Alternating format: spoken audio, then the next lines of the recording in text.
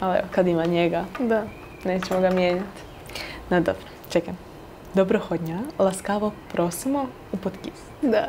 Podkist, Cool. da, okej. Je to u redu? Nice, da. Možeš snimaš cijelo vrijeme, realno. Da. Dobrohodnja, laskavo prosimo u podkist. Dobrohodnja, djakuju. Pozdrav svima, danas je s nama posebna gošća, Elizabeta. Pa evo, prepustit ću njoj riječ da nam se prvo predstavi, obzirom da većina vas ju vjerojatno još nije vidjela na prostorima Pera. Da. Pa prepuštam ti riječ. Da. Dobar dan, zovem se Elizabeta, ja dolazim iz Ukrajine, ali živim tu u Hrvatskoj već 3 godine. Studiram na algebri, zadnju godinu diplomskoj studiji, pišem sada magisterski rad, jel tako se zove? Diplomski rad. I radim sada kao project lead u C3 Hrvatska Content Technology. To je agencija, digitalna agencija sa glavnim uredom u Berlinu. Jedna stvar koju moram reći prije, znači pričam hrvatski, ali osim hrvatskog pričam još 5 jezika. I onda kad meni fali malo nekakvih riječi, onda ću prebaciti na engleski, to se zove pričam Liz. I to će biti edukativni program za naše slušatelje gdje mogu prepoznati nove jezike i naučiti. Nove riječi, da. Tako da tu malo će biti engleskog, malo ukrajinskog, ponekad francuski, zato što baš kad jesam emocionalna, baš meni samo francuski ide. Znači ne znam kako radi moj mozak, ali dobro. Ovako, da. Drago mi je da ja sam tu, baš to je bilo, nisam ti rekla to, ali to je bila moja jako davnja želja, jako davnja like a dream, zato što slušam puno podcaste. I podcaste slušam i na ukrajinskom, i na hrvatskom, i na francuskom. Kakve vrste podcasta slušaš? Znači slušam većinom ovi koji za socijalne, psihološke i onda kad dolazi neka osoba i priča o svom iskustvu života, baš me zanima. Osim toga što pričaju ljude stvari koje baš u tijeku tih stvari koje ja učim, kojim ja bavim se. Znači, više stručno nešto. Tako je, da. A na primjer imaju nekakvi ljude koji baš ja znam i meni baš zanima šta oni imaju u glavi. I onda kad ide ovako... Više kao životna priča neka. Da. Znaš, zato što ovi slike kao na Instagramu, na medijima, onda svi kao, da, ja znam tko je ova osoba, znam šta ona misli, šta ona radi, ali nakon toga meni zanimljivo kako ona je došla do ovog stanja. Da ne znaš šta je iza te fasade neke koja se zapravo prezentira na društvenim mrežama. I ona baš ponekad stvari pričaju koji, I'm like, wow, well, that's cool. A isto meni jako zanima, imam jedan podcast na francuskom koji se zove Psihologie sexy. Doslovno psihologija je seksualna. Ali tamo, znači, žena ima svoju knjigu i priča dobro, znači, za filosofiju u tijeku kao u ženskom, ne znam, u ženskoj filosofiji nekih stvari, ne znam. A to zvuči tako lijepo i ja učim francuski baš na ovih podcasta. Da, baš sam htjela pitati, jesi li možda i na tako neki način zapravo naučila jezik? Krenula znači ja sam imala, evo, malo naprijed došla, ali dobro. Znači, kad krenula sa francuskim, prvo što radila, slušala glazbu, a onda drugo slušala podcaste. I za neke 4 mjeseca baš sam navikla na to i nije mogla uopće slušati ništa drugog. Ozbiljno? Kakve tipove? Kakvu glazbu? Pa isti ovi news, psihologiju, socijalne, za knjige, za mediju, za art, za dizajn. Znači i edukacija i učenje jezika sve u jednom. Pa to je zapravo dosta i domain specific. Da, ali sad, na primjer, za francuski slušam samo news. Znači, evo ide nekakvi... Zbog izbora ili? Ne. Znači, dobro, sada više ne, ali prije šta je bilo rad. Slušala puno, onda uključim sebi ujutro. To se zove France Culture.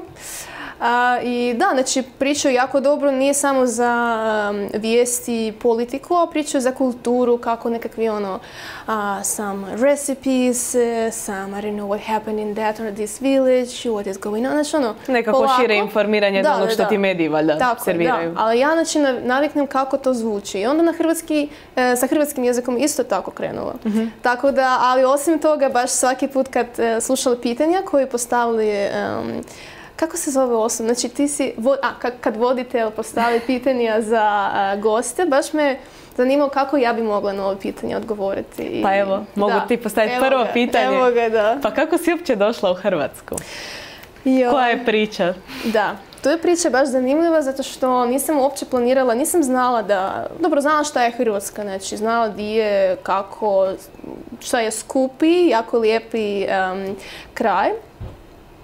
Ali Nisam uopće nikad mislila da dođem tu i... Gdje si prije živjela? Prije živjela, znači došla sam u 2014. godine u Polsku. Znači krenula iz Ukrajine u Polsku odmah. Zbog rata i zbog ovih svih promjena u državnom sustavu i nismo bili sigurni uopće šta će biti. I onda krenula u Polsku, tamo sam živjela 3-4 godine. Tamo si pohađala školu ili... Tako je, došla sam na preddiplomsku studiju. Koji faks? Znači, što si studirala? Da, znači faks privatni, mislim, nitko ga ovako ne zna, ali... Koje je usmjerenje? Čime si se bavila? Znači, usmjerenje international business, international tourism. Zašto turizam? Zato što baš moj otac i moja mama uvijek su htjeli da bi ona jedna, znači imam sestru, a to će biti nakon toga malo priče, sestru blizanku. I ona je krenula više u tehnologiju, data scientist, ili u biznis, ona je baš bila pametna osoba. A ja sam bila malo communication, traveling, ona je baš... Ja sam bila najmlađa žena u našoj obitelji i baš... Da, oni su htjeli da bi ja više putovala i pričala i znala. Ti si više bila kao neki ekstrovert koji je da. Ja sam bila ovako slobodnog duha. Da, like a nomad in the world from very beginning. I da, dakle, tvoja želja da zapravo počneš putovati i da otkriješ svijet i što ti sve nudi. To je odlazilo iz našeg, znači šta imam sada i ovo sve iskustvo kad sam došla tu i kako uopće, znači ponekad meni ljudi pitaju, baš nije samo kao žene u godinama nešto 27, 28, mislim žene koje znaju kako to raditi samostalno sve. Ali ponekad me pitaju, Lisa, kako ti putuješ, tipa... Da, kako sigurnost da, kako mogu like I'm traveling as I do, like, no, but how... Uzmeš kofer i onako ideš. Like, how you travel alone, like how can you go with the plane alone, how you travel by plane sitting alone there. Pa mislim. Ali nikad nisam mislila o tim našim, meni kao to je bilo, pa to je normalno, ne znam. Pa kao dođeš, sjedneš i odeš kao... Tako je, znaš, ali zanimljivo je da baš to izdvaja, jer mislim, realno avion je još najsigurniji dio putovanja, kako god okreneš. A ne, znaš, za njih nije bilo samo za sigurnost, to je bilo kao, kako ti žena putuješ samostalno, znači nije tebi dosadno. Emocionalno u nekom pogledu. Da, nije tebi, kako ni, how you're not afraid to go alone, how you're not scared to be in this or that situation. Kako nije tebi dosadno, znaš, kad dođeš i ti si samo svaki dan, u svakom trenutku. Mislim, meni to je super. Zato jer istražuješ svijet i gledaš... Tako je, da. Okay. A to dolazi iz obitelji zato što mama nama je stalno putovala i ona je ponekad uzmila nas. Uzela? She was taking us for travel with dad, but then they separated and dad was traveling with me and mom was traveling with my sister. And sometimes, like it's or together, whatever. To su bila kao poslovna putovanja pa su vas zapravo vodili ili općenito ovako? Znači, naše obitelji putovanje to je najbitnija stvar. Znači, nema niti family legacy. Tako je, nema niti jednoj sezone. Dobro, znači nije svaki mjesec, ali jedan put na 2 mjeseca sigurno moramo putovati. Naš otac svaki mjesec putovao na auto. Znači, baš drže do toga. Da. I onda kad došli smo u Polsku, znači nije bilo puno promišljanja šta ja ću studirati, zato što otac mi je rekao, znači onda ti ćeš biti za neki 10 godina nekakvom menadžerom Ibis hotel ili nekakvi Hilton hotel, chain, I don't know, in Dubai or whatever. Like, yeah, of course, like... Zašto ne? Zašto ne? Mislim, zvuči dobro. A izgleda super, znaš, kad dolazi nekakav menadžer na hotelu, naštiklima, kao... Da, samo čuješ kako dolazi, onda tek vidiš da... Da, a s druge strane ona je kao šefica, mislim, to je isto, to je posao baš za ženu. Mislim, za mene to je posao za ženu, zato što tu ona mora vidjeti nekakve stvari, baš i estetiku i kako ljudi osjećaju i to. Mislim, muški isto mogu, ali... Nekako je možda češće konotacije u žene i osjećaje. Ali, znači, žena za hospitality od mladosti, znači baka, mama, oni svi kao zna kako to radi sa gostima. Topla atmosfera, kako ugostiti nekoga da se osjećaš dobrodošlo, kužim. Evo ga, ja sam mislila, but of course I'll do it. Ali krenuo, znači, prva godina druga godina it's fine, i onda na trećoj godini... Samo drop down. Da, i onda na trećoj godini skužila sam da nije to za mene, zato što da bi izaći iz ovog statusa kao cleaner and assistant of some, I don't know, receptionist do menadžera. Znači, na rukovodeće pozicije. Da, moraš puno raditi i nije to samo za biznis, to je više za hospitality, baš za hotelijerstvo. Znači, moraš imati ovi 12-14 sati službenih rada ili nešto. Da, znači, kad sam skužila da... U kojem to točno kodeksu može funkcionirati? Vidiš, to je kao, u toj trenutku to je bilo 15 godina i nije bilo razloga između tipa hotelijarstvo i hotel kao biznis, kao turizam. Bili su agencije, bili su hoteli, ali da, ja sam došla kao na agenciju, ali nema veze, znači nije bilo meni tako zanimljivo i onda krenula... Zapravo drugačije od tvojih očekivanja ili ti je samo bilo kao previše onako u odnosu na privatni život i tako? Pa nije bilo zanimljivo. Znači, nije izazovno i to. Znači ja sam skužila, znači, zato što, došli smo u 17 godina. Tu je uopće drugačija promjena, znači, drugi sustav kako radi to sve u Europskoj. Uopće nismo skužili kako uopće naviknemo živjeti bez obitelji i... samo si sa užom obitelji otišla. Da, znači, došla sam sa sestrom, znači, nama bilo okej. Ali tu je bilo jako teško zbog toga što uopće na drugačiji način ljudi misle i u tim godinama ljudi u Poljskoj nisu bili tako odgovorni za Ukrajince kako oni su sada i bili su nekakve situacije baš nezgodne zbog toga što pričam ruski ili pričam ukrajinski. Da, ja sam iz Ukrajine, ali iz Kijeva i Kijev to grad gdje pričaju ljudi većinom ruski, sada to promijeni, of course. Ali, da, znači moje obno jednostavno odrasla si u takvom okruženju. Tako je, da. I ponekad bili su... Mislim, realno još kad si mlađa ne razmišljaš toliko o tome, više ti je prirodno da jednostavno tako si naučila. Tu je priča za about the history of Ukraine and the history of USSR and how it went and it comes from family, so we didn't have this separation between Ukrainian and Russian. We were all together and that was fine. And, i nikad nismo bili kao, ok, nećemo pričati ruski zbog toga što je krenuo rat u 14. godini. Ne, znači mi uvijek pričamo ruski, ali pa sada... Sugrađani vaši, da, su bili. Da, znači sada to uopće druga stvar, znači tu moramo promijeniti zato što skužili smo, znači ja sam skužila, znači ljudi polako dolazili do ovog stanja zadnjih 8 godina, a ja sam došla do toga što... Tad si ti još i bila zapravo u Ukrajini ili to već kad si otišla? Da, znači ovu godinu krenuli smo i znači ja uopće izgubila ovi trenutak kad naša država, ona je razvijala se u neki baš svoj identitet. Bila sam vani i morala svoj identitet ukrajinski prilagoditi na identitet europski. Kad europska nije znala uopće šta je Ukrajina, kako, gdje, da, ona je blizu Poljskoj, da, it's really corrupted country, it's a small sister of Russia i to je to, znaš. I tu je bilo teško. To je već u Poljskoj bilo tako ili? Da. Nažalost, zato što u Poljsku dolazi puno stranci, puno Erasmusa i bila sam u nekakvih nezgodnih situacijah. Ali dobro, to je kao druga priča, ali da, znači na 3. godini skužila sam da je više na kreativne stvari. Baš mi sviđa to sve, painting, design of different brands, you know how to... U kojoj industriji više dizajn kao u modnoj industriji ili... Znači krenula sa modnom i sa beauty. Što te privuklo u tu priču?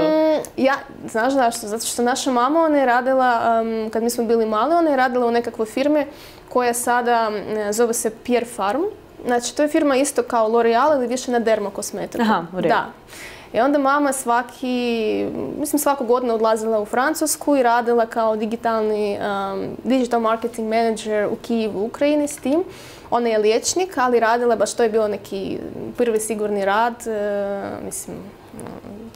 kao ima 2 djeca, onda sad mora to sve karijeru položiti i tako je. I onda kad od mladih, znači od 2 ili 3, kad imala 2 ili 3 godine, baš znala, znači bili smo puno ovakvih, ne znam, kremova, znači nekakvi beauty things, Bila si okružena s time. Da, i znala kako to sve izgovarati, u čim je razlika između ovog krema i ovog krema. Znači, meni je tako bilo zanimljivo, zato što djeca čita očima, čita zvukama i čita ta impresija oblikom. Baš. Tako je. Znaš, ja svaki put kad dolazila, ona je kao, vidim, that's nice, like here is orange, here is white, wow, that's, znaš, ono kao... Tester.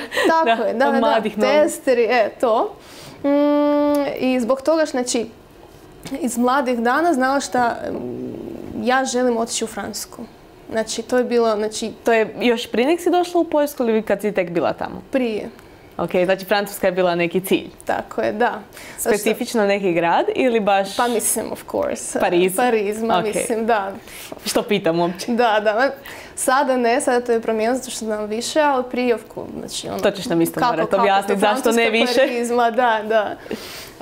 I onda, da, znači na trećoj godini preddiplomskoj studiji skužila da uopće to ne paši, ali ne mogu sada promijeniti zato što moram položiti svi ispite, moram to završiti, a onda mogu krenuti sa nečim drugim. Da, zatvori tu nekakvu knjigu i onda krenu dalje. Da, a u međuvremenu baš sam mene zanimala sva što tiče fashiona i beauty i na drugoj godini svoje preddiplomske studije prvi put otišla sam kao Erasmus studentica u Budimpeštu.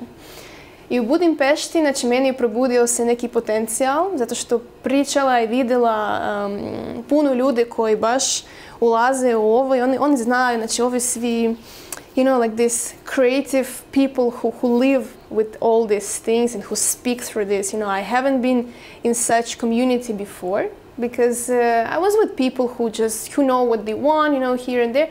And here we speak about something more elevating, and that's... Baš kao kreativni pojedinci koji su se izražavali kroz nekakve svoje radove. Da, pa i u Budimpešti, ne znam, ti si bila u Budimpešti? Da, naravno. Mislim, nama je to bar blizu. Grad gdje je ime Elizabeta je na svakom drugom, znači ono, i Elizabeth Bridge, Elizabeth this, Elizabeth that, I'm like, yeah, that's my city, ono, znaš, kao, ja sam svugdje tako... Svugdje sam, kreneš se na tablu, moj tako je, kako tako se zoveš? Da, kao Elizabeta, ali i tamo je bilo ovo kao princesa, Sisi, a ona je kao Elizabeta. I baš meni oduševila ova cijela priča. Onda si odmah i u povijesnu priču vjerojatno ušla da vidiš koja je pozadina svega. Da, i baš to je bilo uopće kao, znala da ja ću krenuti u Erasmus, ali...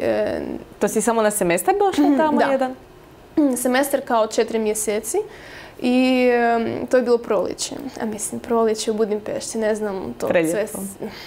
I tako je monumentalan grad. Tako je. Meni promjena iz Krakova, živjela u Krakovu, to je baš mali grad, stari grad. Nisam bila nikad, ali... Dobro, za studente super. Nije skupo, sve kao možeš od jednog...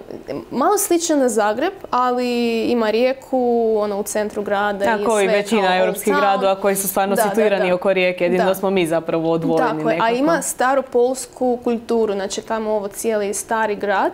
Tradicionalno. Da. I to je kao, ima nekakvu priču sa with the dragon and the castle. Ba da, stvarno, ima Vasilski castle, baš super izgleda, moraš doći, ne znam je li leti sad avione, ali moraš.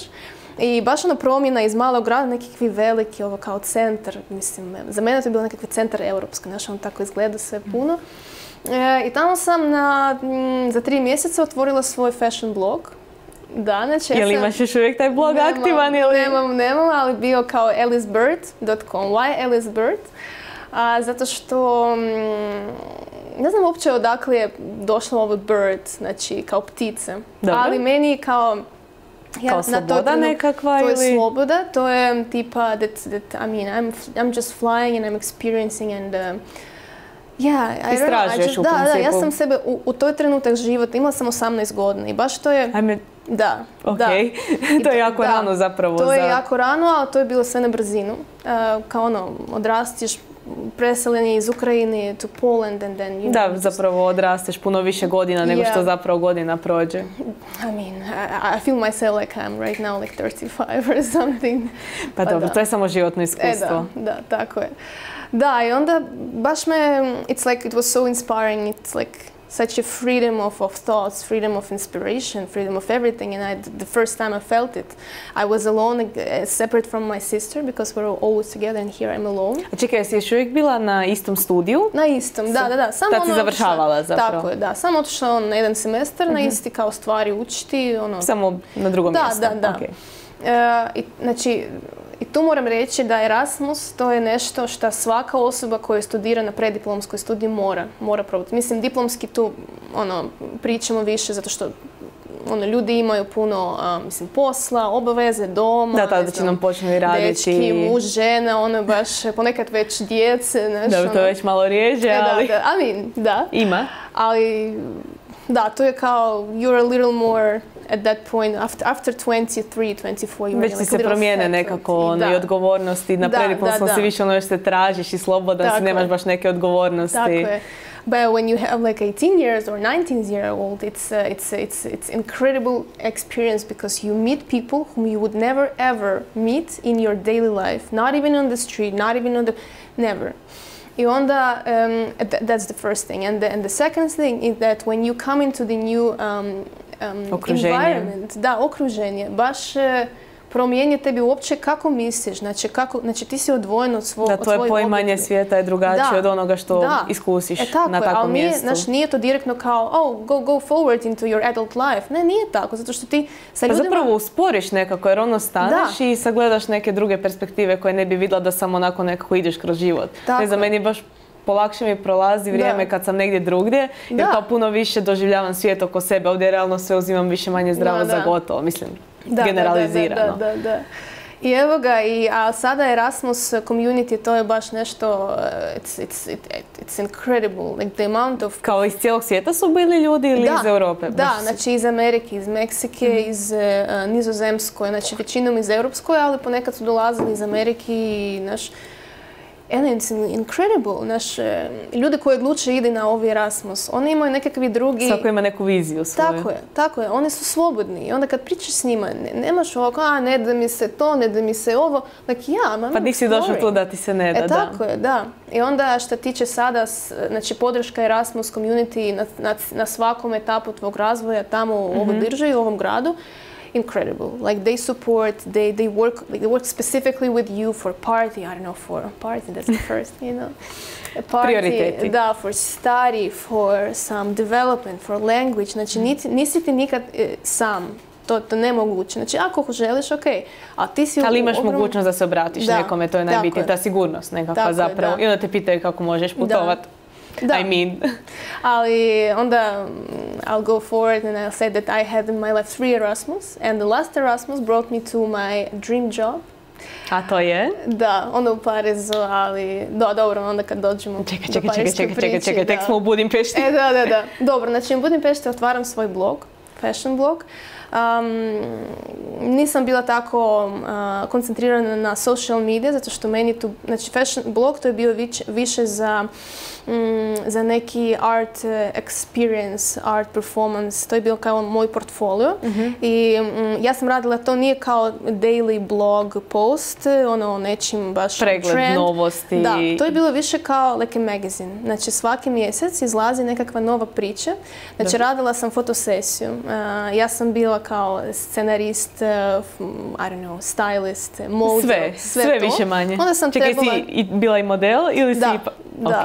Imam puno predobrih slika, ali meni radila slike moja prijateljica. Ona isto bila na druga godina preddiplomskoj i baš trebala neki portfolio. Mi smo s njoj eksperimentirali. Ugodno s korisnim. Da, we were making some art, but nothing, like super extreme or something, but it was really... Dobro, ali isprobavala si nešto novo što ti nije bilo u sklopu studija i slično. Da, ali jesi zapravo tu već kao krenula pomalo u tu drugu stranu? Da, znači zato što nisam mogla pronaći kako da di uđem u nekakvi posao, di mogu krenuti sa ovim odmah. Zato što, mislim, probala sam, aplicirala nekakvi in some magazine in Poland, in some fashion brands, but I didn't get any response because I didn't know Polish language at that moment. I knew English, and I was Ukrainian, and I mean, the fact that I was Ukrainian was even minus at that point. I da, ja sam mislim, what's the problem? I'll just do myself. Da, nema problema ako me nećete, vaš gubitak. Da. Znači, za neke 3 mjeseca napravila domen, kupila sam na WordPressu, sve to učila, kako to raditi, imala nekakvih pomoćnika kao od IT strane. Da, i onda svaki mjesec izlazio novi blog, novi post sa slikama i sa nekom pričom. Ali to su bile više tvoje priče ili si od drugih ljudi sakupljala neke? Znači, ja sam to je bila nekakva inspiracija, baš na primjer, bila nekakva serija posts about Christmas. I don't know, some kind of Christmas dinner look, Christmas inspiration. Tematski nešto u principu. Da, tako je. I pisala sam neke članki na engleskom i stavila sam slike. To je bilo skupo baš kao like in a magazine they do this, editorial. Ja sam htjela da bi to bilo moj portfolio za editorial. Baš ovako. Kad ćeš se idući put aplicirati? Ako ćeš se aplicirati da već imaš nekakvo iskustvo zapravo. Tako je, da. A zašto Bird? Znači, na kraju u Budimpešti napravila sebi veliku tatuažu. Znači, imala 18 godina i... Tad si već mogla? Da, mislim. I napravila sam svoj dizajn tatuaže baš sa pticama at the back of like here. And actually, at that point, now looking back, at that moment of my life, I really didn't know what I was doing, but I knew that it's something that I have to do. Especially when it comes to this, tattoo. It was something so special for me. I was like, okay, but why do I have this idea? Like, but I really want, it's something that, it's not like just, oh, well, whatever, I'm just young and free. No, it was really, really special and meaningful. So I have 4 birds on my back, colibri birds, hummingbirds, kalibri. Kolibrići. Znači, one su najmanje ptice i najbrže ptice najbrže krilima. Tako je. Znači, ja sam najmanja cura u našoj obitelji. Znači, we have 4 sisters and I'm the youngest. And at that point I was developing with incredible speed of, like everything. And I was like, okay, well, that's something that I feel like. Zašto baš 4? Kao zato što ste bili 4 sestre ili? Ne, 4 zato što svaka ptica leti u svoje stranu kao 4 strane svijeta? Tako je. Znači, iz druge. Leti, da. Znači, jedna leti on the east, west, north, south. I 5 ptica, i svaka ptica ima sebi nekakvi amulet. Amulet sa nekim baš, for luck, for health, for goodwill. A imam 5 pticu koju imam baš tu na ruci. To si u istom navratu? Ili? Da, znači ona isto kolibri, ima isto svoj neki amulet. Ali ova ptica uvijek leti, she's always flying at home. Okay. But at that point, when we were in the age of 17, 18, basically coming out from home in Ukraine, and we did not know with the sister, no one knew at that point whether we will be back or no, because we already had to go forward in Europe, had to go forward with the work, with study. And at that point, I was like rejecting the fact that I have my home in Ukraine, because every time I was coming, nothing was changing. And I was like, well, but that's sad, because I'm developing myself and then I'm coming home and I don't see any progression, so why would I even stuck to this home? Why would I even attach myself? Tako je, da. Znači, morala otvoriti svoju pronaći neki novi dom. Ali sad, znači, tek tam, I just realized it like maybe, let's say, few days or few weeks ago when all this started, that all this time, all this circle of 4 countries, 6 languages, different kinds of jobs. Koliko godina? Znači, 7 godina, znači ja sam tražila dom, a dom je uvijek bio u meni. Znaš, ljudi ponekad kaže da kad, when you are nomad, you're always looking for something for something new, for something to explore. But there is one point that people miss about the idea of being a nomad. You always have to have your own home. It's impossible to be nomad your whole life. It is impossible to travel not knowing that you have some place to come back and where people accept you, where you feel yourself, where you feel your identity. And here comes also the story about the culture. So I feel like as much as I was rejecting my own culture, at some points of life I was not even saying I'm from Ukraine because of the situations I were in, because of the judgments, because of the different stories that were back connected with my country. And I was like, well, but I don't like you. I don't like when people judge me for my nationality, for my country, which is really strange to say these days, indeed, because right now this is the only way how I can identify myself. Da li ti se ikad u Hrvatskoj dogodilo nekakva neugodna situacija? Nikad. Ili... Znači, kad sam došla u Hrvatsku nije to bilo i zato i ostala sam tu. To mi je drago čuti. Ali čekaj. Znači, da, tu je, znači, like, everywhere I was at some point rejected, you know, not rejected, but not really welcomed, you know, like, okay, you are like a third country. Nisi se osjećala kao doma. Da. I onda sam to osjećala doma i pitala zašto, znači nije to zbog mog sestre, nije to zbog ono, zato što tu ljude, no one is judging you and no one is just putting you at some question of who are you, like where your passport is from. Da. Ljudi su više opušteni tu. Da, ali vidiš, znači s ovim pticama i like you can always escape from your country, from your culture and become someone new, change your name, change your, I don't know, change your nationality, change your passport, but you can never change your DNA of your country, of your nationality, of your culture. You know, you can never change that. It will always be with you, and whether you like it or no, you have to fight for that. And I realized that after all these years, 7 years, I was not only going forward just for myself, for my own goals, but also to prove people that I am Ukrainian. Yes, and I was sometimes even the only Ukrainian in the company or the only Ukrainian in the team, you know. I was like, yeah, I'm proudly here because this is how I show you that we are not some third Pa više kao neka misija ti je to bila zapravo, da pokažeš.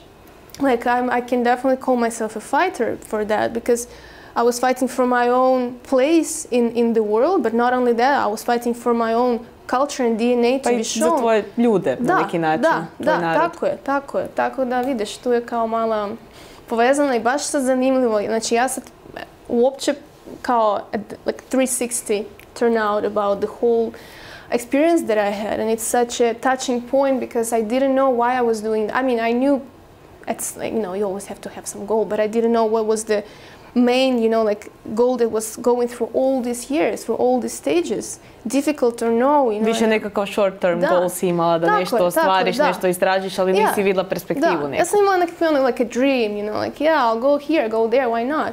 I was getting that, yeah, that's for sure, because that's a dream and I'm going for it, but yeah, that's really interesting. I think that many Ukrainians who live abroad right now, they are changing that, and they are really, they feel this bravery and freedom inside them that no other nationality, and I can definitely say that there is no other nationality in this world that can have such DNA as we have, that's for sure. But, you know, like this, the feeling of the bravery and of the respect and of the nationality that you have, that's something so elevating, and I feel like now I'm getting my own identity even here, and I can show it, and I'm not afraid to say that. Yeah, I accept that there were low points in my culture and in my history of my country, but there are some really incredible moments, and we're observing it right now, one of it. So yeah, that's something I'm so proud, and I'm a zapravo sad vidiš da ti je to bio neki cilj na neki način, jedan od njih barem. Tako je, vidiš, baš ono sve u životu kao povezano i to zanimljivo. Da. A čekaj, kako si onda, gdje si išla dalje iz Budimpešte? Kako je ta priča završila? Znači iz Budimpešte vratila u Poljsku. Tamo sam pronašla svoj prvi posao. Šta si radila? Da, znači prvi posao studentski je bio u in energy and fuel startup koji sada je Shell. Znači Shell kupio ovaj mali startup, da, tako je. Zoveo se First Utility. Dobro. I ja sam bio kao podrška korisnika, korisnička like podrška, service, na chatovima, zato što znači, nije ono on the phone. Aha, samo pisana komunikacija. Tad si već znala poljski ili? A to je bilo na engleskom. Aha, da. isto, to je engleski, znači to je ono britanska nekakva startup, otvorio svoj ured, a ja sam bio tamo baš zbog toga što znam jako dobro engleski. Ti to prvi posao bio baš službeni? Da, i mislim 3 mjeseca, ali bilo zanimljivo, zato što prvi put došla i to je bio jaka dobra organizacija. Znači mi smo imali nekakvu pripremu of education, then we had this, you know, like special communication, there were, you know, hierarchy of managers, and I was like, okay, well, that now I get how this world working, you know. Da vidiš taj poslovni svijet sa druge strane, jer jedno je kad ga gledaš izvana ili kad ti drugi priča, jedno je kad ga samo osjetiš. Da.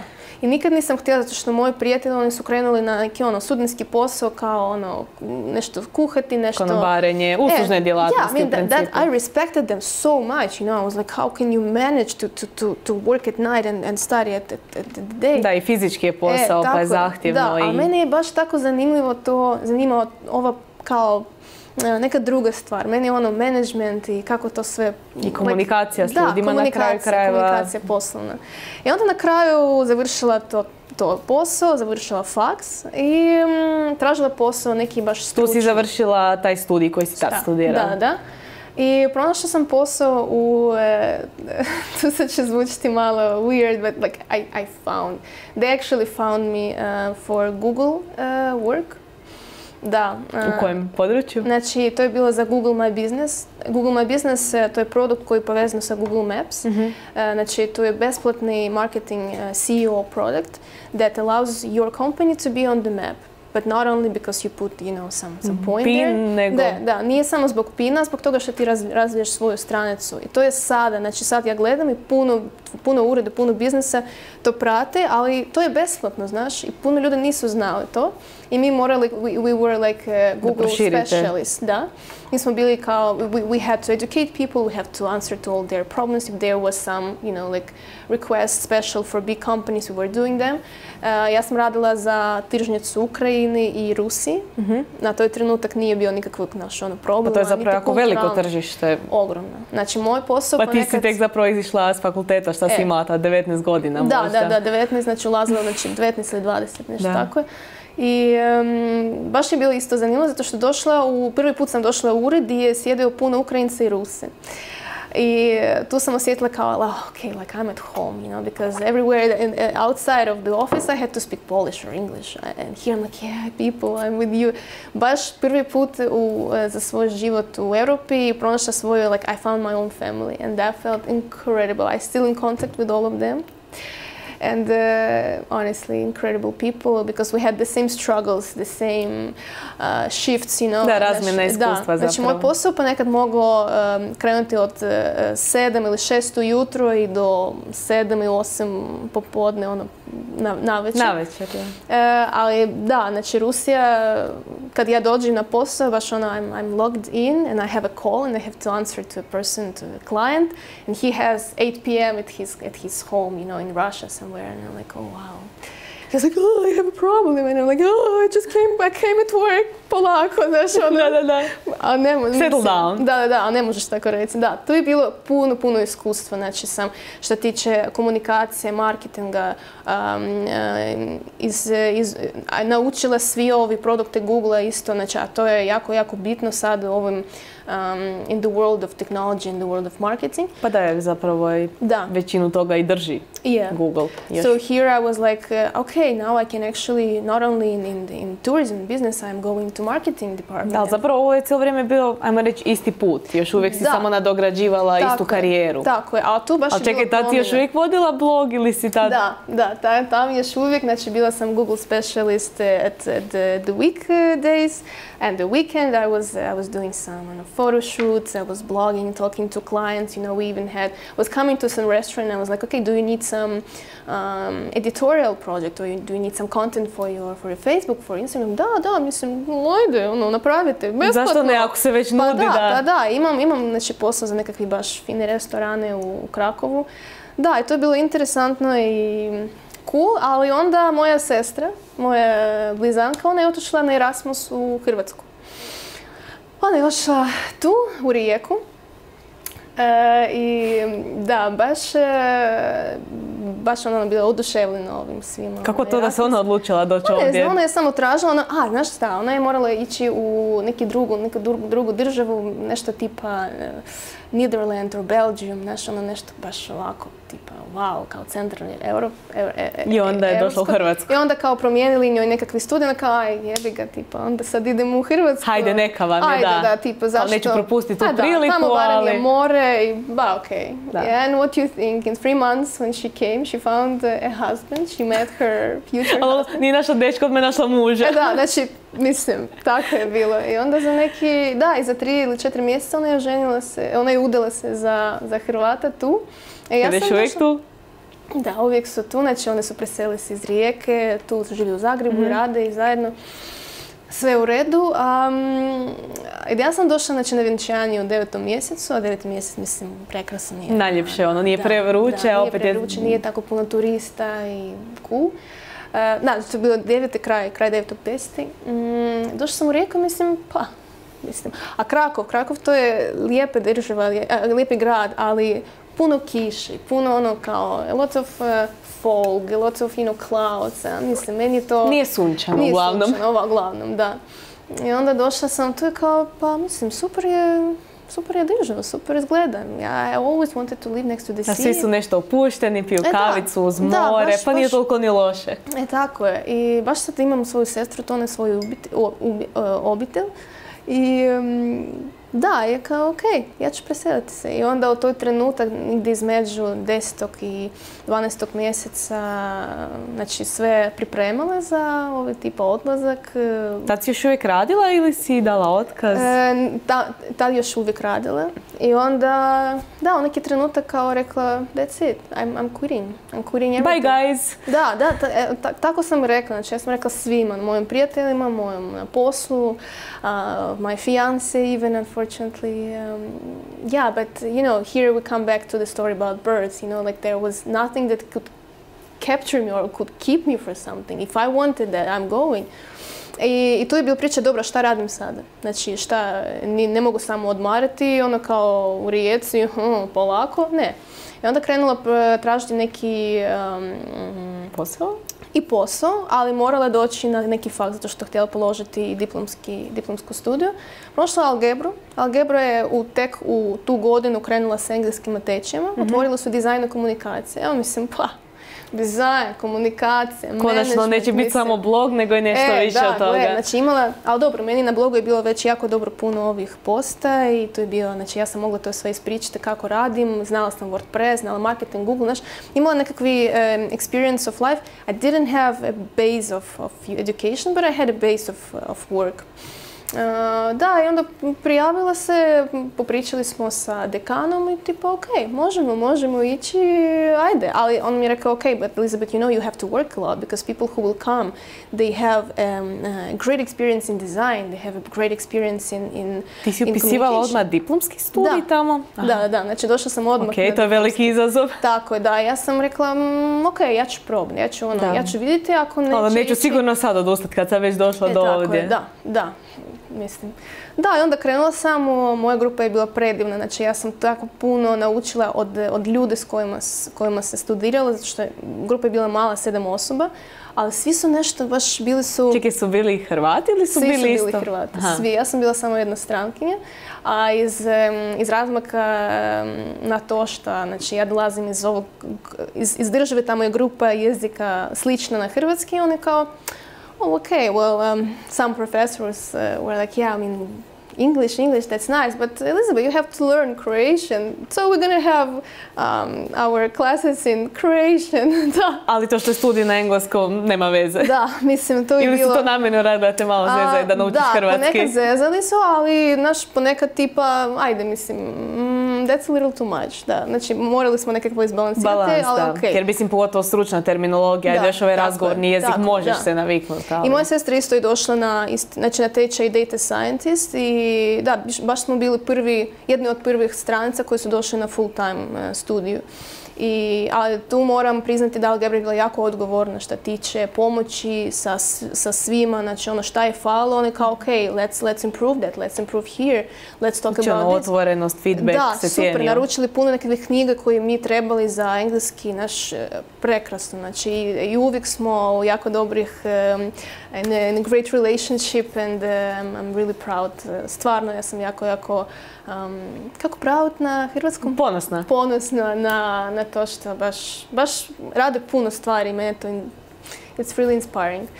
Da, i onda sam došla tu, znala da Algebra radi puno sa Erasmus partnerstvom i pronašla sam na stranici prije što prijavila Algebru, pronašla sam da oni rade sa nekim studentskim with a school in Paris and I'm like, Here we go. Onaj moj cilj koji sam prije postavila. That's a connection here, ok. Da, i baš od prvog dana kad sam došla na Gerbu rekla, ok, in half a year I'm in Paris, that's it. To je moja misija, ja ću ostvariti. Da, mislim, ja ću završiti tu diplomski, ali moram doći. Zašto mislim, neću kad već imaš mogućnost otići na Erasmus, sigurno ju nećeš propustiti. Tako je, mislim.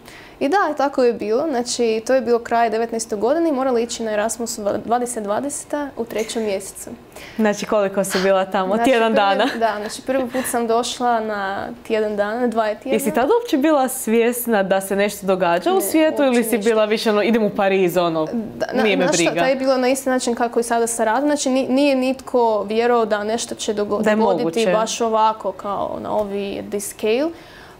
Da, i onda došla 2 tjedna sam bila tamo i no, Elizabeth, you have to leave. We are closing all the borders. Znači, oni su zatvorili sve granice. Ja sam izletila zadnjim avionom iz Francuskoj. A čekaj, si već uzela tamo neki stan ili si imala smještaj? Uzela sam sve. Znači, naplatila puno novca za sve to. Mislim, oni su vratili nekakvu plaću, ali nije sve. Ali potrošila tako puno energije i tako puno I put so much of myself. Mislim, i očekivanja na kraju krajeva. Znaš da ideš u Pariz i onda se desi ovako nešto. Da. I da. I šta, onda si se vratila u Zagreb? Ja sam se vratila nije u Zagreb, u Rijeku. Opet, baš. Ali dobro, u Hrvatsku. Imala sam priliku tamo stanovati, znači tamo bio neki stan i baš ljudi su rekli, ajde, ok, možeš tamo biti. A da, bilo je grozno zato što došla i morala je biti u 20 dana zatvoru, baš full. U izolaciji, tad je to bilo još. Užas, znači samo iz Pariza došla. Moje sestre meni donijela nekakvi baš nekakvi tablete za anti-stress pills. A little bit of alcohol and even ice cream with alcohol. I'm like, yes, You got it, da, grozno je bilo, ok. A ja sam, I continued my study of classes in French, even though they said you don't have to. I'm like, no, but I want to, because now I'm going to have a part of education in French university, and that means a lot for my CV, and I knew it. I onda na kraju dobili smo neki... Ali čekaj, ti si tad i dalje slušala na francuskom predavanju? Znači, nije to su bili većinom na engleskom, zato što imali nekakvi predavanja na engleskom i ja sam prijavila za njih. Bilo nekakvi 2 ili 3 na francuskom i da, to nije... Ali paralelno si učila francuski? Da, paralelno učila francuski kao online sa profesoricom mom. Da, i na kraju smo napravili nekakvi dobri projekt.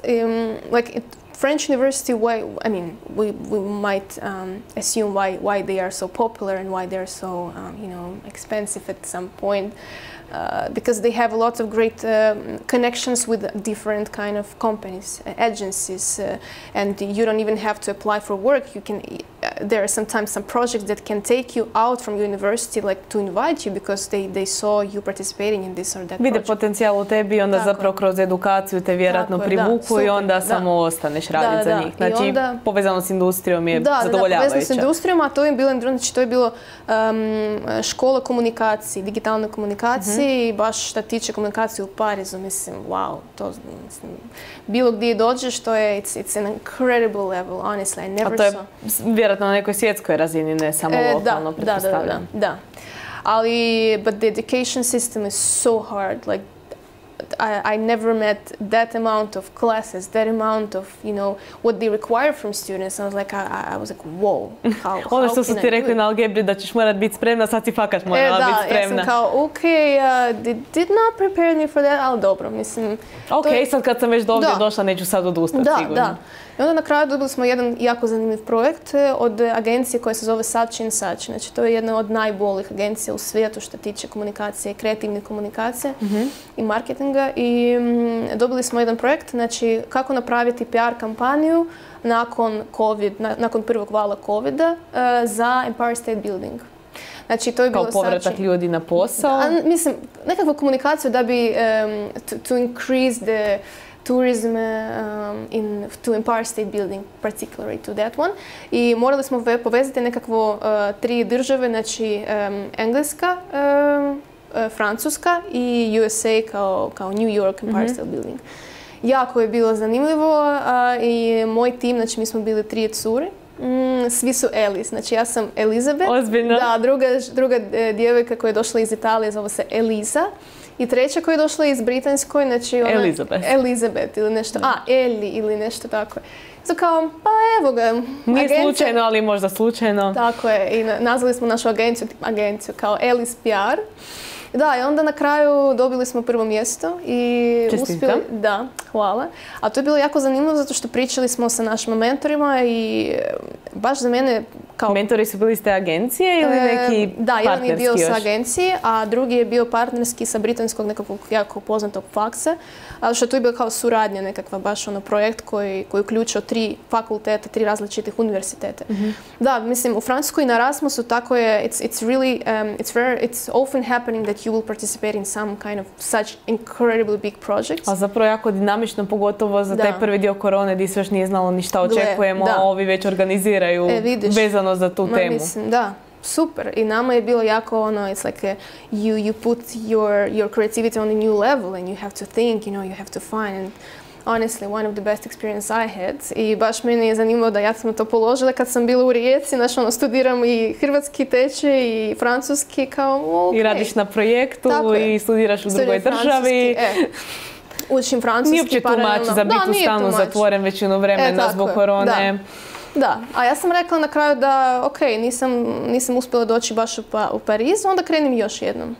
Svi kao, well, Elizabeth, but what if happened, but what if this happens once again? I'm like, no. Nećete me zaustaviti, neovisno o tome što se dogodi. I'm not buying there, I'm going there. Čekaj, ti si završila semestar završila semestar, i onda si se prijavila za još jedan Erasmus. Da, znači ovaj Erasmus je završio 6. mjesecu 20. godine i onda morala ići 2020. 10. mjesec opet u Francusku. To je zapravo pred godinu dana bilo. Da. I da, znači uspjela sam doći, sve u redu.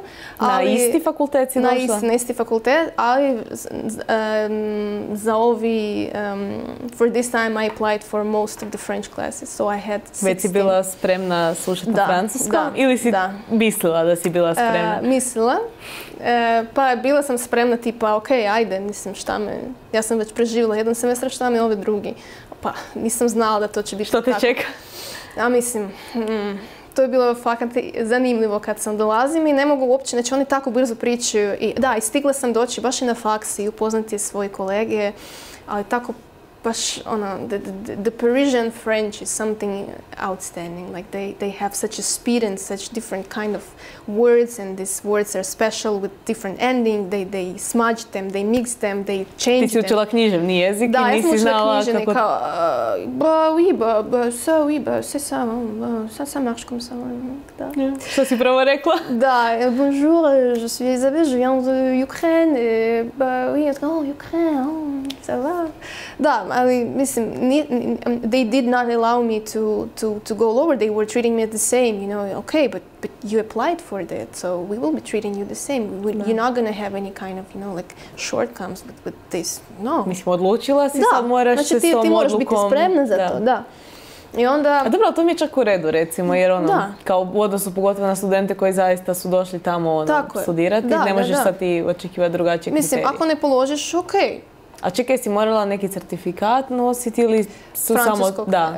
Prije što dođeš na svaki Erasmus u bilo koju zemlju, moraš položiti test ili engleskog jezika ili jezika na kojem ćeš studirati.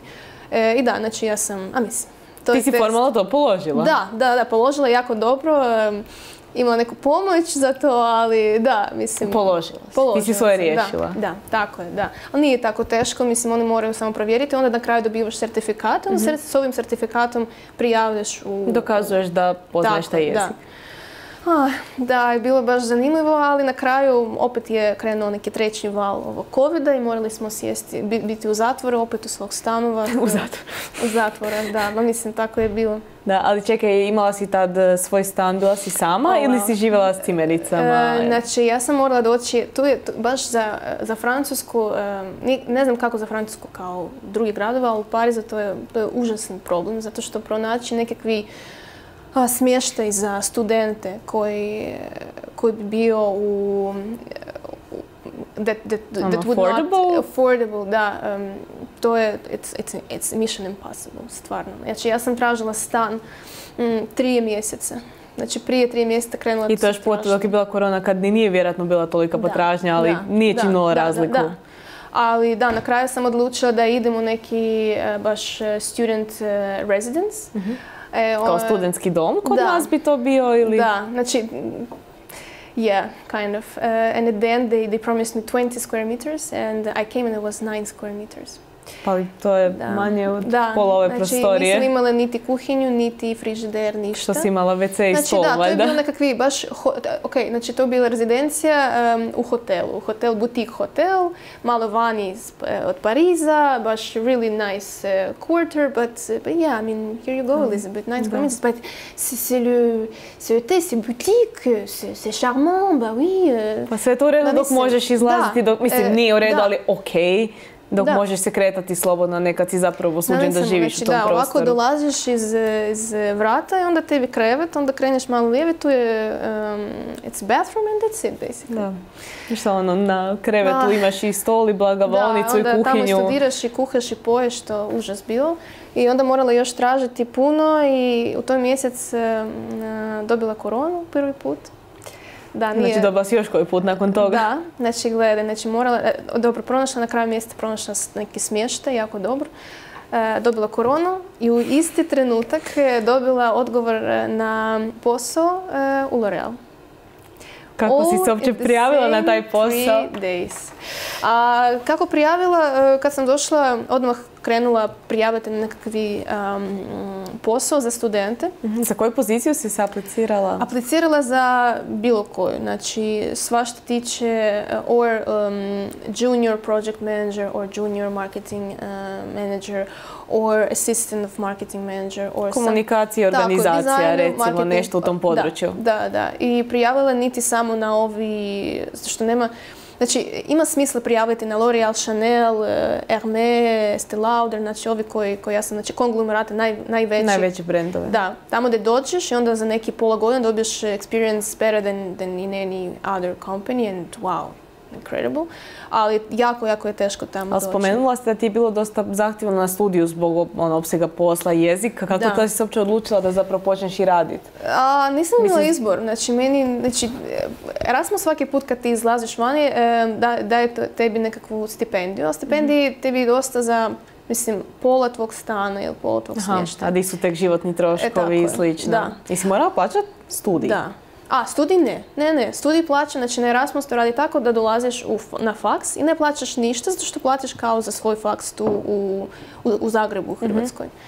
I da, tu je bilo fora, znači moji svi prijatelji i kolegi, mislim, oni plaćali za ovaj faks. Ja sam dolazila kao svaki, jedan semestar, drugi semestar, evo na kraju kao pola godine studiram za ništa. Okay. Dobro, mogu svi oni to napraviti, pa nisu se odlučili to napraviti. Tako je, znaš, that's an incredible experience because you cannot, I mean, I didn't go to France straight away because I could not afford neither life there, neither university, it was too much. But then I'm like, okay, well, you know, I'm here and there. I usput si upoznala još nekoliko država. Tako je, da. I onda da, znači dobivam ovaj posao i znači to je bilo, odgovorila mi nekakva agencija, znači marketing agencije, marketing digital agency and they had a client and they didn't tell me which client. Aha, ti nisi ni bila svjesna što te čeka. Nisam, znači meni je odgovorila na moje svi, ja sam poslala otprilike 5. Znači ja sam došla prvi tjedan, I just sent 5 of them and I said, well, okay, I just need some time. Now we wait. Znači ono klokice i čekaš. But people come and they send like thousands of CV. They don't even look where they send. And I'm like, you know, for each CV I was adapting my own cover letter, motivation letter in French. Yeah. Like for each of them I had to prepare in French, in English. Jesi se to mogla sama snaći ili si tražila neku profesionalnu pomoć? Nisam mogla sama, da, znači morala dobiti neku pomoć, ali dobro, mislim, to sam naučila brzo. I mean, you have no other choice, you just have to do it. And they replied me and I'm like, and they replied me in English and I'm like, okay, so at least here, I mean, I can be secured with that. I onda na kraju, they replied in English, but the conversation was still in French. I'm like, yeah, that's interesting. To je bilo da te malo opuste, ali onda zapravo opet u vatru. Pa mislim, I mean, I mentioned that I know French, so... To je to, there is no going back. Da, mislim. And after the second talk, they told me, well, actually, we, you know, did we ever mention to you which client do we have? I'm like, no, you didn't, but I mean, I'm ready for any client, you know. Da, nema problema. Da, i oni su rekli, pa evo, znači, naš klijent je L'Oreal Pariz, travel retail. I ovaj trenutak, znači, i tu je nekakva baš zanimljiva priča o Parizu, znači kad sam došla drugi put, prvi put sam bila sa obitelju, nešto imala 14 godina. Privatno, u principu. Da, znači mi smo imali tour, 3 days of complete, you know, like a touristic, you know, here and there, in this 2-floor buses, you know, like, yeah. And here I came alone for the first time. It was before I applied. It was actually in 2019 I was coming to see my boyfriend in Paris. And there is one interesting road that comes from they have 3 aerodrome, da. Jedan aerodrom se nalazi, znači, nešto sat i pola od Pariza, znači zove se Beauvais, a tamo doleti ovi Ryanair, EasyJet, znači oni low cost flights, affordable for me. And I was going by bus to Paris, and at the enter of the city, you have this, you have this already, the river, you have these beautiful buildings, you know, that start, because you go through suburbs and, you know, there is not really pictures, and then you like... U jezgru staru dolaziš. Onda kad smo dolazili u grad, vidim, znači, a ja sam tražim samo ovi Tour Eiffel. Ja sam ovako između ovih kao... Zgradica. Where it is, where are you, like my Tour Eiffel? Znači, bio zalazak, baš je bilo prelijepo, I'm like, yeah, where are you? I onda sam ovako gledam, vidim ovi tor, and I'm like, putting my eyes a little bit on the right, and I see L'Oreal Paris, you know, like this beautiful office they had at the bank of the river. To je kao central ili? Jedan od centralnih, da, imaju tamo 3, onda jedan kao, and I'm like looking at it, I mean, golden L'Oreal Paris, and I'm like, I think that I want to try. I mean, I think, why not? I mean, it looks appealing. It looks appealing. I wish I could actually work there, because, or I was actually dreaming, and I was saying it to myself, you know, I was listening to some music, I'm like, okay, it wouldn't be that bad to try to apply there or to work here. I mean, ništa dobro iskustvo. The year is nice, and what you think, at the moment when she's telling me that you're going to work in L'Oreal travel retail. Tebi samo flashback na taj. Travel retail, and that you're going to be working in this office. Da, i šta priča za travel retail, kad mi smo bili, znači za mene od 6 godina, kad smo prvi put putovali sa mamom, šta tiče duty free, and like, what is your, you know, they ask sometimes at the border control, what is your purpose of travel? And I would always say duty free, because for me this whole place, when you come, you know, like people with this, some ladies on heels running, some stewardess, ove pilote, baš svi kao on fancy, and I'm like, wow, that's something new, you know, like everyone with these luggages. And then you enter this whole world of fragrance, of some, you know, these lights, LED lights of beauty, makeup, and these girls are coming and spraying it all over you. Tako flashy. And then there is the part only for kids with the M&M's, huge packs, you remember them? And some posebni slatkići koje nemaš kupiti u svojoj državi. Da, i nekakve igračke, baš ono koje nikad nisam vidjela u životu. I'm like, oh, that's my world, I really... Stvarno, svaki put kad smo letili, od prvog dana, rekli mami, ajde, I will work here. I will work one day in duty free. And then, you know, every time I was flying, I was like, okay, but you know, these girls, they're actually working like a customer service. They're working at night. And I mean, I don't want to work at night. I like to sleep, you know. Yeah. Nije loše spavati od mora i tako to, da. I onda na kraju, kad ona meni je rekla da travel retail, L'Oreal, ovi office i to sve. Sve si samo složila ko kockice neke. I told her, like, you cannot even imagine what you just did, because this is the dream of my life. And they said, oh, wow, Elizabeth, c'est super, c'est charmant. I'm like, ona naš položila, imam temperaturu, mislim, 40.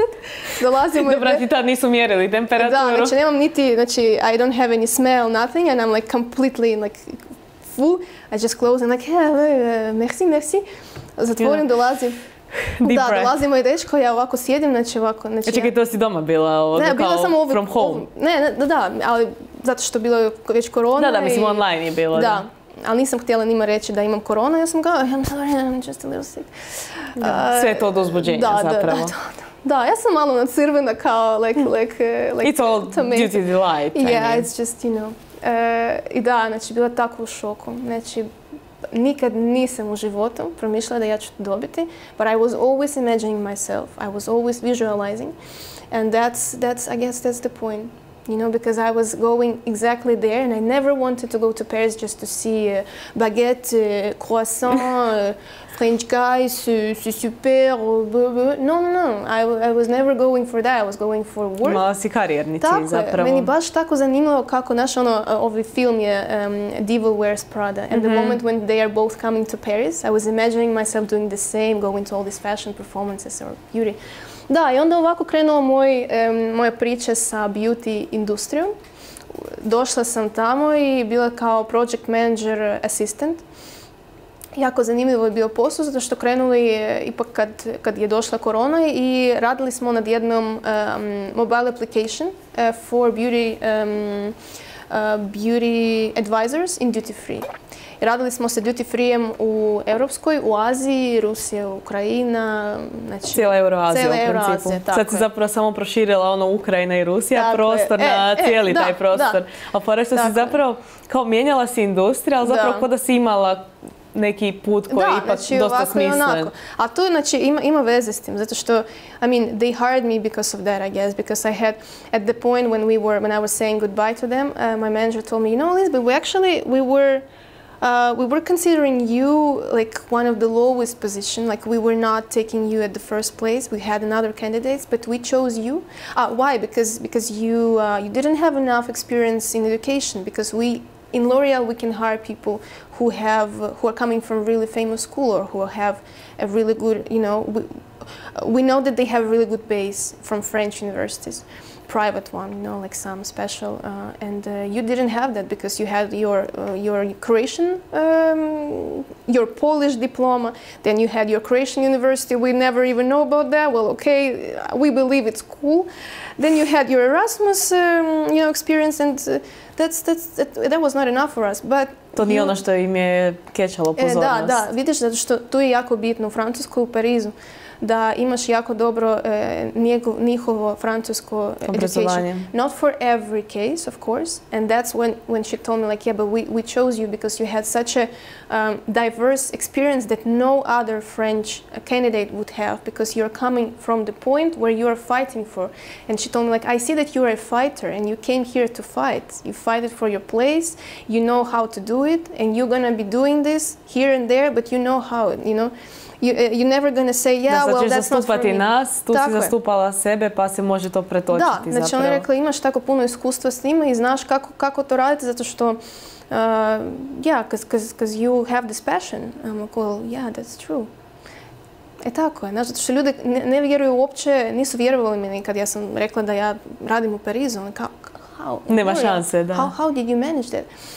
My boyfriend, even when I said that's a really interesting story, but when I came, because I got this job by applying only to 5 different jobs, you know, before, on 5th application I got it, and so it was the first month when I came to France, which is like one of the rarest possibility ever, you know. There were people who were calling me after that and like, how did you do it? Like, how? Like, what is the magic trick here? And I'm like, well, I don't know, it just happened. Sama si bila uporna i trudila si se. Da, it's just my dream and my visualization, I guess, you know, like I'm just dreaming. I mean, it works. Da. I onda moj dečko na kraju kad sam došla, on je tražio posao, mislim, 2 godine, nešto tako, baš ono ozbiljno posao. I kad sam došla doma, on je rekla da ja sam radim u L'Orealu, he started to cry a little. Well, of course, to je dosadno, mislim, kad ovako osoba, I mean, he was happy, I guess. I guess, but at the same point, it was really sad.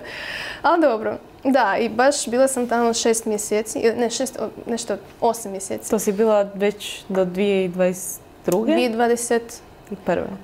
Čekaj, 2020... Toliko događanja da je zapravo teško posložiti da je moguće. Da, od 21. do 20...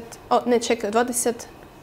Jesus Christ. To je 2020. 10. mjesec i rekla da si došla drugi put u Pariz. Tako je, da. to ima smisla, jer semestar traje do 6. mjeseca, tada je počela korona, znači 2020 na 2021. Da, znači do kraja 2021. Da, nešto tako. Negdje do sredine, znači do godinu dana prije sad u principu. Da. I onda na kraju oni su predložili da ja još jednom idem s njima kao studentski ugovor. Ja sam rekla ne zato što ja sam jako htjela ostati i baš tražila nekakvi kako dođem do ovog stanja da tamo ostajem, ali zbog dokumenta, zbog vize, zbog boravka tu. Logističkih poteškoća. Da, logistički problemi, nije to bilo moguće, ali isto zato što plaća je bila premala za mene, znači 700 eura to je bila plaća za to. Čas za full time posao ili? To je bio studentski ugovor. Pa dobro, da li kao radila si full time? Da. A mislim, kao, to je prolazna, to je 500 u Francuskoj, a 700 to je već ono što je malo više, ali... Ozbiljno. Da, ali vidiš, tu je kao... Što nije njima cost of living zapravo dosta veći nego ovdje? Yeah, but because students living with their parents. Aha, onda je zapravo normalno te roditelji financiraju, ti je dodatna zarada. Tako je. I onda od faksa možeš dobivati nekakve stipendije. Tako. Znači, to je normalna ova situacija. Drugačiji način života. Drugačiji način života, da.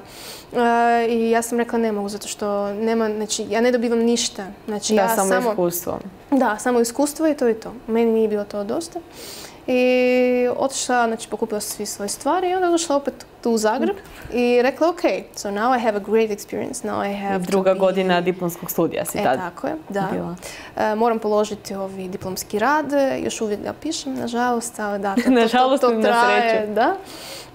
I onda odlučila da ostajem tu, ali nisam mogla pronaći nešto baš u smjeru project manager ili project manager assistant u beauty and wellness. Kao zbog manjeg opsega posla, odnosno zbog manje broja prilika koje imaš ovdje ili? Da. Zato što, na primjer, ovi L'Oreal koji imate tu, ovi ured... Nisam ni znala da ga ima. Da, ima jako razvijen, zato što u Zagrebu postoje L'Oreal, znači za balkanski region. Aha, kao središte za Balkan. Tako je, ali tu je bitno da znam hrvatski baš odlično i tamo, mislim, nije bilo takvi dobri projekati i nisu oni tražili baš za project management assistance or whatever. Pa dobro, čim je manji broj ljudi koji rade ovdje, manji broj takvih pozicija. Da. Gle, znači imali su Foreo, znam, imaju još neki mali brendovi, ali da, to je malo... It's a little different.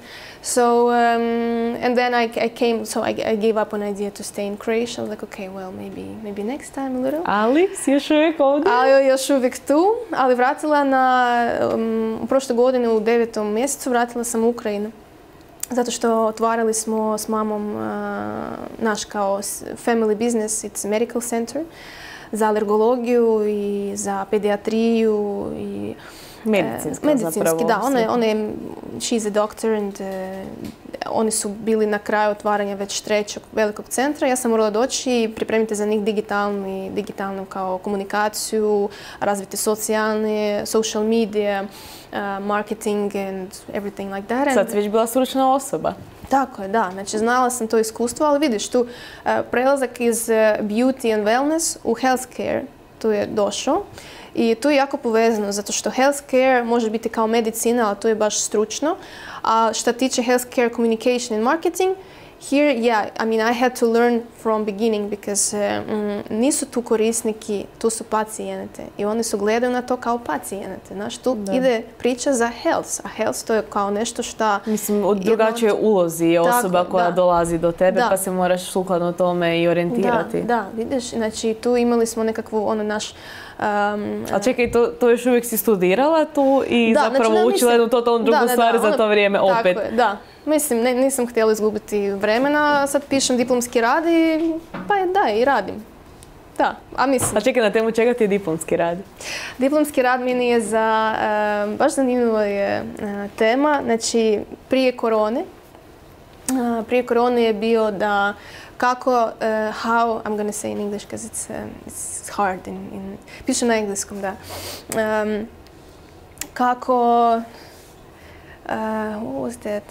Okay, how the design of the offices, design when it comes to ergonomic or design in general about the colors, about the branding of the whole space, influence productivity and psychology of the workers. Sad ću te morat pitat. Kako ocjenjuješ tu prostor? Objektivno gledano. I mean, the colors are matching, especially I like the colors of the books and the table and the picture. Retro stil. Retro stil, tako, da, kao ono, 90. 80. ono, IT, cool, mislim. I mean, I like it. It's inspiring, I guess. It's a vibe. Yeah, it's a vibe, yeah, indeed. Ako ništa, možeš prepoznati da se radi o feru. Ako vidiš sliku odavde, značiš da si na feru. Tako je, branding. Mislim, to. A vidiš, znači, to je bitno. To je sve sa namjerom. Nećete vi imati ovako kao u algebri, recimo, da, ono, kao stakleni stol, nekakvi, ono, everything is just so polished. No, it's not that certain vibe about, you know, fair, mislim. Fair, to je, ono, hardcore, IT, baš ono, da, super, mislim. Da, ali to vidiš kako je bilo zanimljivo i when I dive deep into that, because people in the end, when they spend half a year sitting at home in their perfect, you know, table, they're eating here, sleeping there. Sve zapravo u par metara se dešava. Kako sad njih inspirirate da oni vraćaju na urede? Zato što urede su, znači moramo to nekako napraviti. And here we speak about not only the comfort, we speak about the productivity, how teams, like people have to communicate for some projects. And I mean, as much as we know all the tricks about Zoom, you know, like dobro, ne možeš ti brainstormat na taj način kao kad si in person. Da, ili vidiš i tu je isto za psihologiju čovjeka kako prije šta komunicirao, a onda sada kao everyone became so close. So, you know, it was really important for me because I was always, I was going through at least 3 big offices, you know, like ured, kako to ono, like a huge office. Tako je, naš, ono, svi stvari što tiče ergonomike, how everyone is sitting, where kitchen, da, you know, gdje je okrenuta svjetlost, koje su boje zidova. Da, onda kao kad radila u Googleu, to je bilo nešto drugačije, to je it's like friendly, really spacious, but still... It's a state of mind. Da, I mean, the colors of the Google. Da. I kad sam radila, je bila jedna baš zanimljiva priča, jedna dečko pita mene, znači ono, like, hi, are you Google? I'm like, yeah, I'm Google. Are you working in the office? I'm like, yeah, I'm in the office, everything is fine. He's like, are you sitting right now in the pool with balloons, I hope? I'm like, what? He's like, well, I saw that the Google people, they work in the pool with balloons. Are you sitting right now in the pool with balloons? I'm like, I'm really not. Well, I will find that, not to disappoint you, but no, for now I'm not sitting like, that's it. Ipak se neću prijaviti u Google, nije vrijedno toga. Da. On kao, yeah, but you know, you actually disappoint me. I was so reassured that you guys are sitting there in the pool and you have the best work in the world. And I'm like, yeah, well... Realno, logistički gledano, to ni ne bi bilo baš najpraktičnije, da onako programiraš nešto i onako baloni lete oko tebe. Da, ali ponekad naši ljudi su sjedili na balonах, znaš, ovi koji su za pilates. Da, znači to je za for the back, but no, we never had such thing. But you see, people have this mentality, they have this idea that for Google, oh wow, that something should be impressive. For L'Oreal, oh, wow, it should be so polished, it should be so, you know, like you have perfumes everywhere. Yeah, actually, that was, kad sam došla u L'Oreal, ovaj ured, naš ono, najprelijepi ured u kojem sam ikad bila. Jel imaju significant onaj smell, da kad uđeš u njihov prostor da znaš da je to taj prostor? Significant food, significant everything, like everywhere is L'Oreal, you know, like and you're walking and I mean, the whole vibe of this, like people could not even walk there. I mean, you could wear everything you want because it's France. I mean, everyone is... Ne mogu ti reći što ćeš nositi, ali... Equality, yeah, ali tamo je htio hoditi na štiklema, znaš, to je bio nekakve inspiration. Da. And I always wanted to go to the office because it was so glamorously, you know, like it was inspiring me to do my work. So, yeah. So here I was like, okay, it has a lot of connection.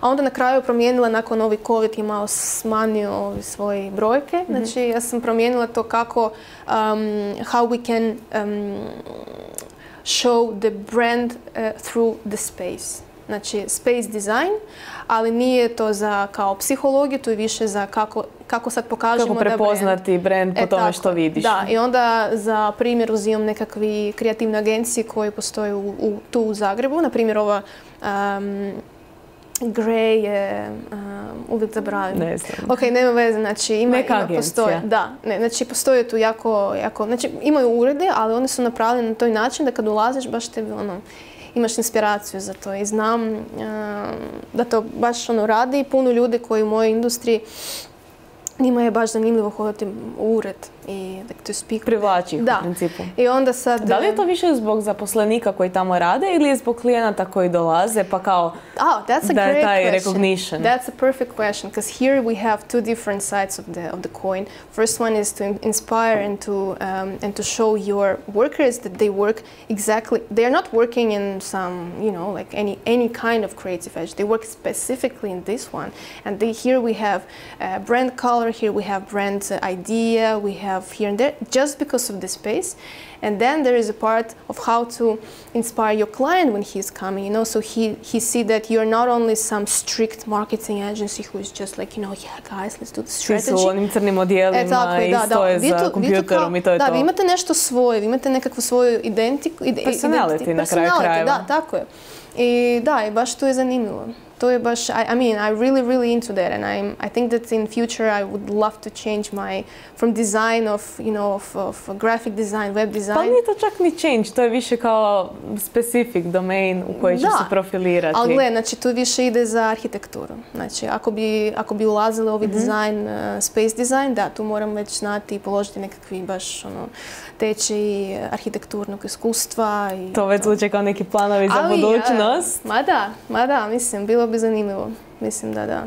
Stvarno preinspirativna priča, ali imaš možda neku završnu misao koju bi voljela uputiti gledateljima, jer mislim, ako se već do sad nisu inspirirali da istraže svijet i da zaista slijede svoje snove, da im daš neku svoju misao. Mislim, prvo što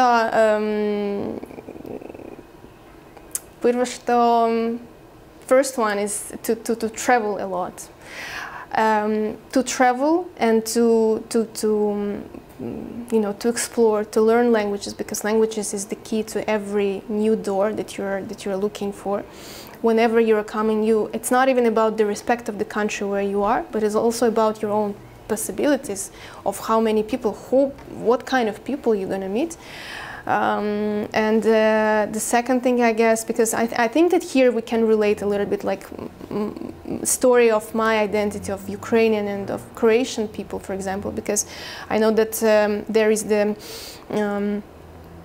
the certain tendency that people go abroad and they never come back, and they think that as soon as they will exit their school, they need to they need to fly away because it's such a I mean, they're not inspired to be in Croatia. They don't want to be, ne sviđa im to, oni bi htjeli više novca dobivati, oni bi htjeli tamo the new culture. But the problem again, as I was talking about the culture, you never can just leave it. You can never just get it out. To je tvoje DNK. I onda bilo gdje ideš, remember that you are actually Croatian. And it's not bad, and you have a possibility right now to change that. I have a possibility to change it with every new person I meet, with every new door I'm coming in. The same with Croatia. It's not only about people who stayed here who have to change that. You can do it, of course, abroad, but don't forget that you are who you are, that you have your family here, and you are responsible for the society. Because, I mean, here and there, we are, how they say, we're people of the world, and right now, no borders, tolerance, we are all the same. Yeah, we're all the same, but then what is the most important is how we define our borders of our own country, of our own culture, and that's important. We don't have to fight for that, actually. We have to make sure that everyone knows about that. Samo trebamo embrace it. Yeah, you have to embrace that. Yeah, you have to remember about that in every part of your life, because even your children, whether you want it or no, they're going to have the blood that coming from, DNA of your... Ne možeš to birati. Ne možeš to birati, nikako. I to je bitno sjećati, zato što vidim da sada i ljudi promijene to sve i u Hrvatskoj nije ostaje tako puno ljudi i tu je jako dobar primjer sada kao iz Ukrajine, zato što isto došli smo u rate sada puno, znači za tendenciju 80% ljudi koji su izašli vani u tijeku rata iz države, it's official numbers, like 80% of people, they never come back. And that's really sad. But from another side, you have a great opportunity to make sure that the whole world knows about your country, that the whole, like in every part you have ability to develop something, to bring it, and that's something that only you have, because no one can have it. We're all different, but still there is something special here. Different but the same. Da. Tako da, evo ga. Hvala ti puno i na ovim završnim mislima. Mislim da tu se više baš i nema puno toga za dodati. Ne želim uopće kvariti ovu atmosferu koju si stvorila. Hvala ti puno na dolasku danas. I evo, samo bih te još pitala, postoji li možda neki način da ti znaš ovako iz prve ruke kako možemo pomoći tvojem narodu trenutno? Da, sada je najbitnije što ja bih molila svih ljudi koji živi u Hrvatskoj da, mislim, možemo to pomagati kao kroz novce, kroz financijski pomoć, kroz humanitarnu pomoć, ali najbitnije da ljude uopće promijeni i počne pričati o tome. Zato što sada vidim ovu tendenciju da ljude kao, that's the war, what you want, that's how it should be, that everyone is dying, someone is not, someone is dying, and i tu je baš, it's not okay, because I think that this is actually this war in these years showing us that we have to change finally something. And it's not only about the war when it comes to the guns that are there on the field, na frontu, to je isto. Znači, mi sada svi imamo svoje oružje i to je social media. To je naši mobiteli, to je naše slovo, to je naša riječ, it's everything that we can say. And even if you think that you don't have, I don't know, you're not enough of subscribers, not enough of society, and I mean around you, not enough of people who would be talking about that. It's not about that. You actually have a power. To share the message. Da. Tako da tu proširiti tvoj message i nije samo za rat u Ukrajini, a za priču da ajde sada, so we actually have to understand what is good and what is bad, what is evil and what is not evil, and what we're actually doing in our society. What are we attaching ourselves to? And I think that to stay outside of politics, it's unacceptable. We cannot talk anymore about tolerance and peace in the world, peace for peace in the whole world, because we actually don't know anymore what is evil and what is good things in this life. So I think that we have to change here a little bit. We have to talk about that. We have to go maybe to psychology, maybe to philosophy, but to talk, and to put this whole idea of the bravery and the freedom of the nation of Ukraine up there in the social mass, and that's important. And yeah, on the side of that, I think that we can actually add some kind of links, right, to the direct. Link is in the bio. Yeah, links. Will be. Yeah, because there are some different organizations, there are tons of them actually, but there are a few of those who accept euro and dollar and maybe even the currency of your country, and you can do the donation straight away, and that's for sure. There are donations for the support of the military forces, of kids, of women, of those people who came actually in Croatia as well. So yeah, I think I will just add it here in the bio to the video, and I would be really grateful if if someone would give at least something there. But first is the most important to give it a shout out. Yeah. Evo, u tom slučaju pogledajte opis. Hvala ti još jednom puno na gostovanju i vidimo se uskoro u sljedećem podcastu. Baš bilo, mislim, nikad nisam tako dugo pričala, ali baš super. Ali svašta ti nisi nikad, pa si onda jednom prvi put. Da, baš mi nije sviđalo. Hvala vam puno, hvala vama isto puno i vama svima, da. Hvala. Hvala tebi i čujemo se uskoro. Čujemo se.